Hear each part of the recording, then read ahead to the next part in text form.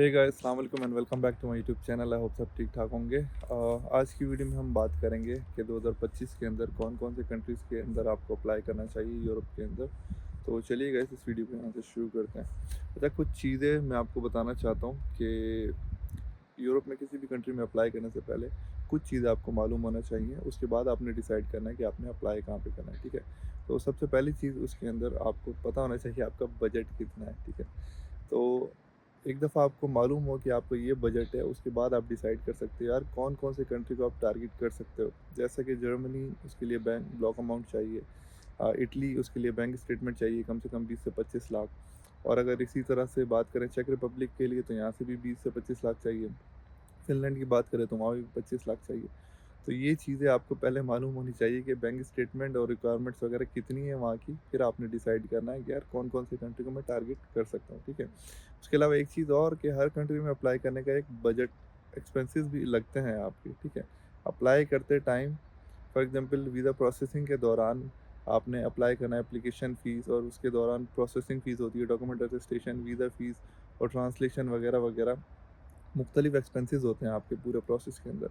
तो इस चीज़ को भी आपने माइंड में रखना है कि अगर आप किसी कंट्री को टारगेट कर रहे हो, पहली चीज़ कि उसकी बैंक स्टेटमेंट वगैरह की कितनी रिक्वायरमेंट है, दूसरा ये कि वीज़ा प्रोसेसिंग में उसका कितना एक्सपेंस लगेगा, ये चीज़ भी आपको मालूम होनी चाहिए। इसके अलावा तीसरी चीज़ ये कि आपका जो वीज़ा प्रोसेस कर रहे हो, उसमें कितना टाइम लगेगा आपका, ये चीज़ भी आपको पता होनी चाहिए क्योंकि आप प्रोसेस एक दफ़ा स्टार्ट कर लोगे, लेकिन वो कितना लंबा चलता रहेगा, तो इंतज़ार में आप बैठे रहोगे यार ये कब ख़त्म होगा।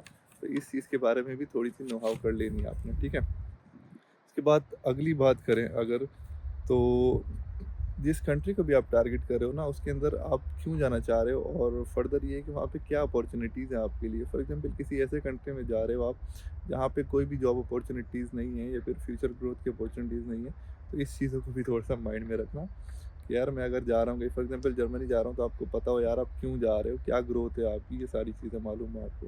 चेक रिपब्लिक आ रहा हूँ, जैसे मैं चेक रिपब्लिक आया तो मुझे पता था कि यहाँ पे मेरे लिए क्या स्कोप है, क्या ग्रोथ है, इसलिए मैं यहाँ पे आया। सही है? किसी भी कंट्री में जब आप अप्लाई कर रहे हो ना, तो सिर्फ़ एक कंट्री को टारगेट नहीं करना है आपने, उसके अलावा बैकअप प्लान्स भी आपने रखने हैं, ठीक है?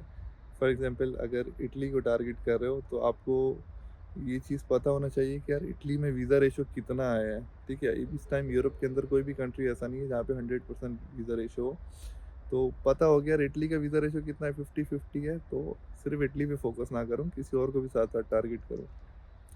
बैकअप प्लान्स को भी अपने साथ लेके चलना है आपने, सिर्फ़ एक कंट्री को टारगेट नहीं करना। इसके अलावा एक चीज़ मैं बात करना चाहूँगा वो ये कि फॉर एग्ज़ाम्पल किसी भी कंट्री का आप प्रोसेस कर रहे हो तो उसके सारे प्रोसेस के बाद अपॉइंटमेंट के इश्यूज़ को भी एक दफ़ा चेक कर लेना कि यार वहाँ पे अपॉइंटमेंट के इश्यूज़ हैं, नहीं है या अपॉइंटमेंट आने में कितना टाइम लगता है।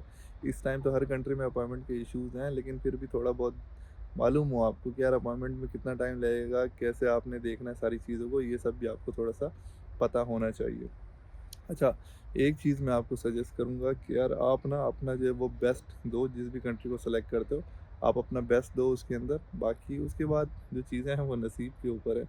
आपने अपनी पूरी कोशिश करनी है और उसके बाद जो भी है वो अल्लाह ताला पे भरोसा रखना है, ठीक है? तो यही था गाइस, सोचा कि कुछ चीज़ें आपको बताऊँ, ये 2025 का ईयर शुरू होने वाला है और एडमिशन तो ओपन हो रहे हैं यूरोप में, तो प्रोसेस करने से पहले सारी चीज़ें माइंड में रखना एंड बेस्ट ऑफ लक और दुआओं में याद रखना। आज की वीडियो में बस यही था, अपना ख्याल रखना। अल्लाह हाफ़िज़।